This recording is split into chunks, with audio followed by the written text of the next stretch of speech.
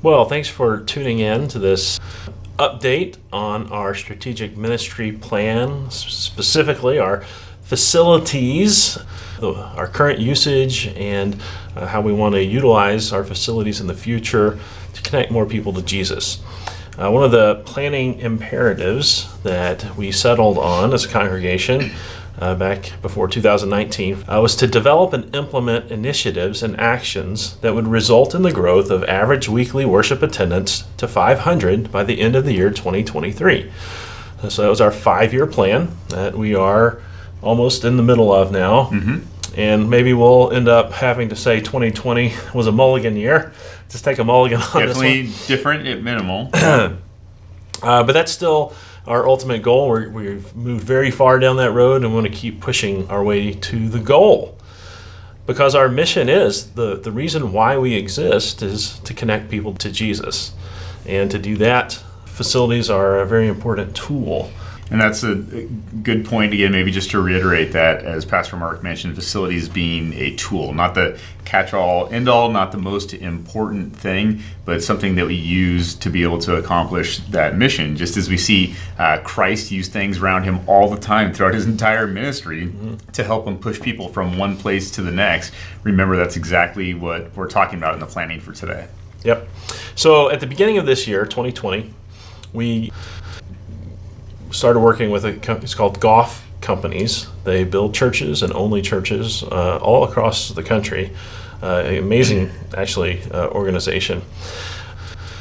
They have a multi-phase a process that's worked time and time again. It's tried and true with congregations, again, for a couple of decades now, and again, all over the country. Mm-hmm. And so for this year, this phase 1, it's a lot of analysis, looking at what they call our trade area, and we'll show you a little bit what that is for us at Desert Foothills. The usage analysis, what our current facilities are, what the capacities are, based on everything, all the seating, the classrooms, the parking, everything.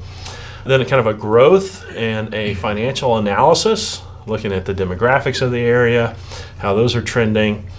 And then finally kind of a scope and phasing recommendation for the improvements. And I'll be able to show you here at the end some high-level drawings. Someone pointed out at the voters meeting, they're not the final architectural, again, pretty buildings. They're just blocks to kind of show where the footprint of certain buildings can go. Maybe real quick, too, just this organization that Pastor Mark discovered, Goff, all they do is churches. They even have a pastor on staff that helps walk through the process. Right. So it's very precise, and they've done this over and over and over again, as you mentioned. So lots of good resources on their side and recommendations from them. Right. So what they call their system, the program that they use for churches, is called SAFE, Strategic Assessment for Facility Expansion. They look at our church's vision. They look at the alignment analysis of how our ministries and resources are lined up with that mission. A demographic analysis, both of the congregation, of our community. How close are we to our community? Where are some opportunities for growth in certain demographic areas next to us? Optimum usage of our facilities. A growth analysis, a financial analysis, options analysis, and then we'll wrap it up with next steps. So one of the things that we've talked about for several years now here, just amongst ourselves, one is expanding the sanctuary. And we'll get to, again, why that needs to be in just a second. But this is something we've been talking about, and it's actually something that the church was built with, 20 years ago. Those walls on the side, the north and south kind of wings that kind of go halfway back with pews, are not load-bearing on purpose so that you can very easily remove them. Yeah, specifically designed to be able to expand those sides. Right, and we'll show you why we need to do that. But maybe also some kind of updating, some refreshing of the worship space. Yeah, I mean, you're talking about stuff that's decades old, right? Yeah. And being able to have, just take responsibility and be able to put forth our best foot, not just for ourselves, but when people come to be able to visit, what they're truly walking into is God's house and taking care of that. Just as I hope most of us would do for our own home, I hope we would go above and beyond for our Lord's house. Yeah. I showed some pictures at the voters meeting, just not what I want to look like or think. Just an Concepts. example of some other spaces. Same with we've been talking a lot about children and youth spaces. One thing that has been missing here on this campus, something I noticed 5 years ago when I got here, and I've been kind of harping about that for a while now. There's nothing for a child or even a teenager that would come here on a Sunday or Wednesday night or whatever and be like, wow, this is for us. They're expecting us. So there's a lot of great examples of a lot of other churches are doing now to be more inviting and welcoming to that age demographic. Kind of a multi-purpose, a gymnasium, family activities, rec center, community center, I think is a great need in our community, and also would be very, very I think helpful for the church too in its ministry. Think about preschool and our children and our youth. There's so many things that as the preschool we kind of bounce around back and forth and use the church's space, and it works okay, but it would be very instrumental to be able to use that. I mean, funny enough, we just did a Christmas program, multiple Christmas programs, and a lot of the parents, they were only talking about a couple things. Are we going to be able to build the school bigger in the future? And what does a gymnasium look like for our kids in the future? Yeah, absolutely. And then we've always wanted more outdoor space. I think the big example we used a lot was just kind of the Easter egg hunt. The kids don't even have enough room to really hide Easter eggs. Or it's kind of this little patch of grass. And then the youth, they play this game called 9 Square in the Air. It's these PVC pipes, but I won't explain it. But it's too big. It won't fit on our patio. It won't fit in the grass. And so we had to move it out to the parking lot and just watch cars. Be careful with cars going by. But at any rate, more outdoor space is something we've talked about. And then this year in 2020, boy, did we realize how important outdoor space was. Yeah, we literally did services outside. Be able to worship outside, to have gathering, meeting space outside, have fellowship space outside.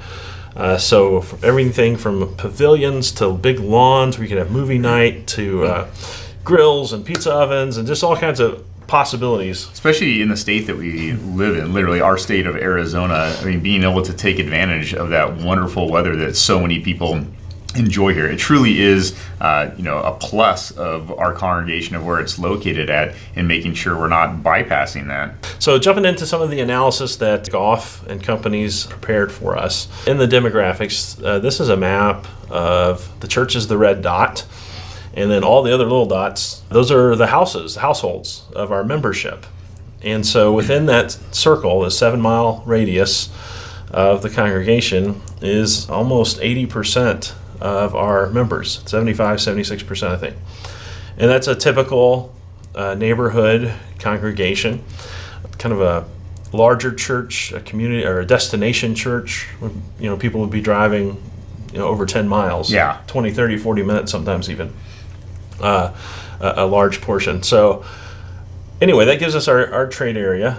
And so now we're going to be able to look at that area for the demographics of our area. One is the population trend, and the population in our trade area, like pretty much the whole state of Arizona, is growing. I would step out on a limb and say between the time that this was actually performed, the survey, and today of where we stand, that I bet if we took this again, it would actually be, the estimate would be increasing even more due to some of our neighboring states for certain circumstances pushing people this way. Yeah, absolutely. The good thing is our church is also growing. What's really sad is there are a lot of communities in America where the population is growing, but the church membership is the same or declining. And you think, how can you not keep up with at least just your the neighborhood? Birth rate, if you will, yeah. So that's good, but we want to grow even more than that. But we've got some limits, some caps that we're hitting. We'll talk about that. This is a breakdown of the age of the community and the breakdown of the age of our membership. And you can see there are actually a fair amount of kids, 5% of 0 to 4-year-olds in our neighborhood. Only 1% of that age group represents the membership of the church. So lots of room to grow in the preschool age. We do okay with kids, it's pretty comparable, but then we really drop off with teenagers, where it's 9% in the community, only 2% membership. Kind of the 20s, the young career, there's actually 7% in this 7-mile trade area, which is more than I thought there would be, living up in this part of the city, but we still have 4% in the church. And then my demographic, we'll call them young professionals, not anything but middle age. We're pretty close. So 23% of the community is my age bracket, 18% of the church. And then you get, I think it's about 50 to 65 years old. That's the grade. That's 16% in the community, 10%. So there's still room to grow there. And then you can see the 65 and plus. So only 26%, which a fourth, right? I thought it would be more than that of our neighbors. I actually did too, yeah. But of our neighbors in that 7-mile, circle around our church, only a fourth of them are 65 plus. I have trouble thinking of a name for that. And who knows exactly why that is around our immediate area of the church. If you did a 2-mile radius or 3-mile, it may be very different than that. Right. But there are a lot of new housing communities that are being built in fairly close proximity to this radius that are probably changing some of those numbers for us. Sure. But within our church, that's half of our membership is in that 65 plus, which is what I would expect. The good news is there's a lot of room for growth just generally because our neighborhood, our community is increasing in population. And also, there are other demographics that we're not reaching right now that do live near us. Yeah, at least not to the capacity that it should be, yes, correct. They actually are here, which I always had the intuition that they were nearby. Like the young families and the kids, because like last year for Vacation Bible School, we had like 200 kids. Yeah. We have a preschool that kind of, hits that age demographic, right, of younger kids or younger parents, and so they're around the area. And then this is just a quick graph of our own church attendance growth over the last 4 or 5 years. But this is the one I really want to show you. This is the attendance by venue. So the blue graph there is the traditional service, the 8:30 traditional service, and that solid gray line that goes straight across, that's the capacity of the sanctuary. So every time you pass that gray line, you can't grow any more than that. And it's kind of like this rising tide lifts all ships kind of thing. So if you have more capacity, even at Easter, if you want to use an extreme example, but if you have more capacity in January, February, March, our busy season, the same percentages are going to be away in the summer. So more people are going to be here in the summer. Does that make sense? Yeah. Right. So if you raise the overall capacity, you'll still have fewer people in the summer, but you have more than you do now. Yeah. Right. And actually, that's the same trend in the contemporary service. The yellow or orange line there, squiggle, is hitting that red line. That's the capacity over in the worship center. So they're both hitting their head on the ceiling, so to speak. That's something that Goff pointed out. This is basically in their final analysis, is that we are capped by our current seating capacities in both of the services. So we just can't grow anymore at the moment. This quick financial analysis of the church. Obviously, our revenues are going up. This year, they're going to go up again, 10, 15, maybe even 20%, which is really incredible. And so they get to the conclusion of all of this data.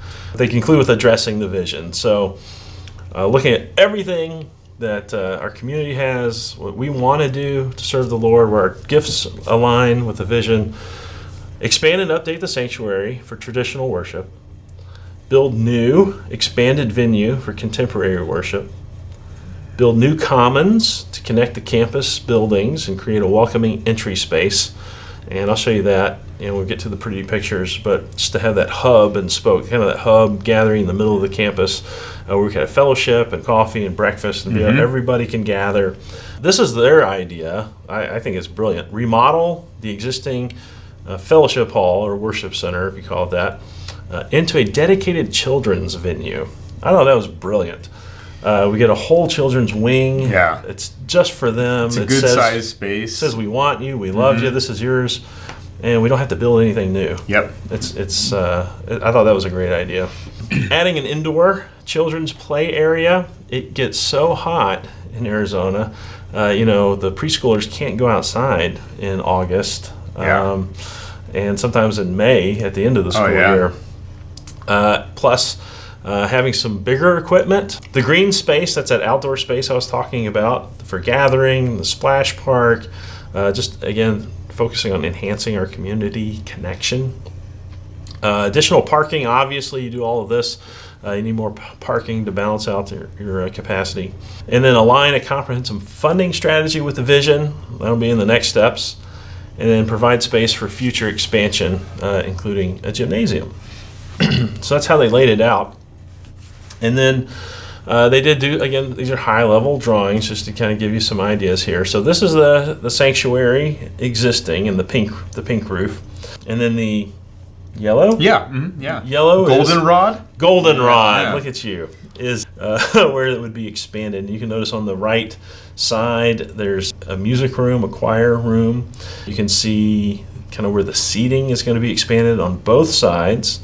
On the right also, toward the back, where would be the back of the church, could be where the audio and video and soundboard and cameras and all that could be controlled. Maybe the nursery could come back over here, because on the left side we've got perhaps some more office space, so we could get all our personnel kind of in one wing of the building. Children and youth space, again, this is the purple rooms here. This is that fellowship hall, kind of converted into the children's space. The large gathering area for worship or Sunday school. And then the gymnasium would actually sit right on that back wall. That's the back parking lot, looking to the east, basically, the east of the fellowship hall. So you could go directly from the children's wing building right into the gymnasium. This salmon. Yeah, that's what I was going to say. Oh, thank you very much. Yeah. This salmon color. This is that kind of that hub, that narthex area where you could come in, centrally located gathering space, coffee, and fellowship space.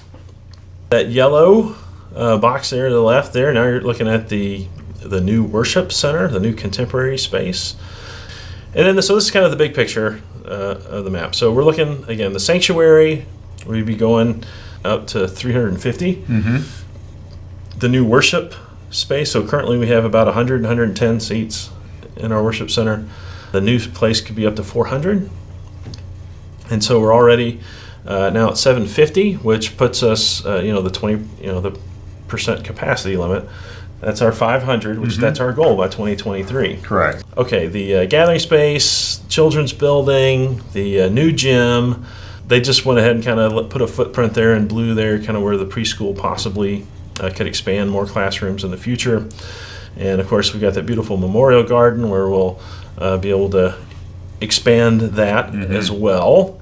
And the new parking lot, you can see kind of how the driveway now, a little south, and that kind of becomes the main kind of traffic flow. And there's some other views here. You can kind of see the green space here. That's just a nice view of the campus, I think. It looks really nice. I like that one. Here's that outdoor space. You can kind of see the playground right there, splash pad over here, this big lawn. This, you can actually throw a movie up there at night. That would be pretty cool. Just a lot of possibilities there.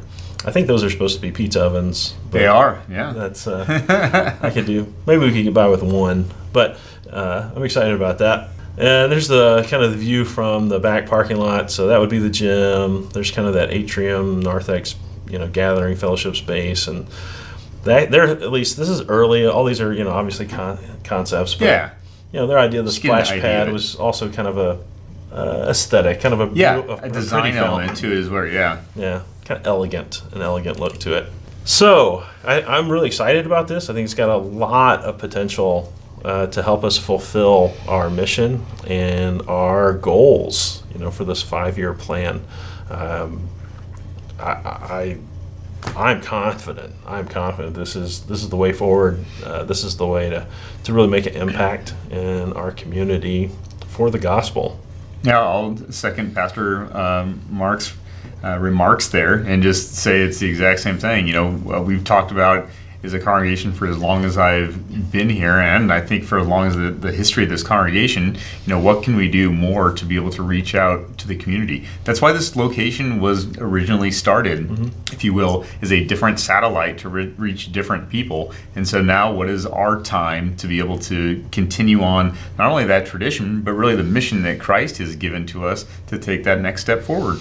Yeah, now you knew Pastor Byer, didn't you? Yeah, very much so, yeah. Yeah, that's pretty cool. Yeah. I never got to meet him, but obviously he planted Shepherd of the Desert. Correct, He yeah. planted Desert. I mean, he, like Paul, a church planter, right? Yeah. Starting these new ministries. Yeah, and that was only these new communities. And there are others in the valley too. Same Sure. thing over in Fountain Hills. Yeah. Oh yeah, that's right. That's right. So we've got this great legacy. We've got this kind of DNA, right? Wanting to connect more people to Jesus, and I think this is where God has planted us. And I think we've got a great opportunity. There's so much potential, again, with this growing community, with these demographics, these young families that we're not doing as good a job of reaching right now. I think we've got a great future. So let me just wrap up the next steps. So this was, again, the assessment phase. This is kind of step one, just to make sure everything's kind of sound and we've got a good handle on our community and our need, their needs and our abilities and our vision kind of all aligning together. And I think we're good there. The next step would be the design and the campaign, the capital campaign. Since the voters meeting, I have been able to speak to some capital campaign consultants, professionals. They do this for a living. And there's certain times of year, kind of the fall and the spring are really the best times to really jump into this with the congregation. And we could press really fast and rush to try to do it by this spring. One, I think that would be rushing a little bit. I don't think we'd be able to lay all of the groundwork that we need to do. Also, let's just be real, there's a lot of uncertainties still with COVID-19. And I think probably aiming for next fall would be the prudent decision. Yeah, Pastor Mark and I talked about this just about an hour ago, and even just waiting 6 months is not a horrible thing whatsoever, and taking time for all of us to be prepared and to be on a good page. Doesn't mean that we take no steps in the meantime. It just sets us up for better success in the future. Yeah, absolutely. So that'll be hopefully coming in the fall 21. So certainly in the next few years we'll be up and running at least. Most certainly. Most certainly. All right. Thanks for your time, and God bless you.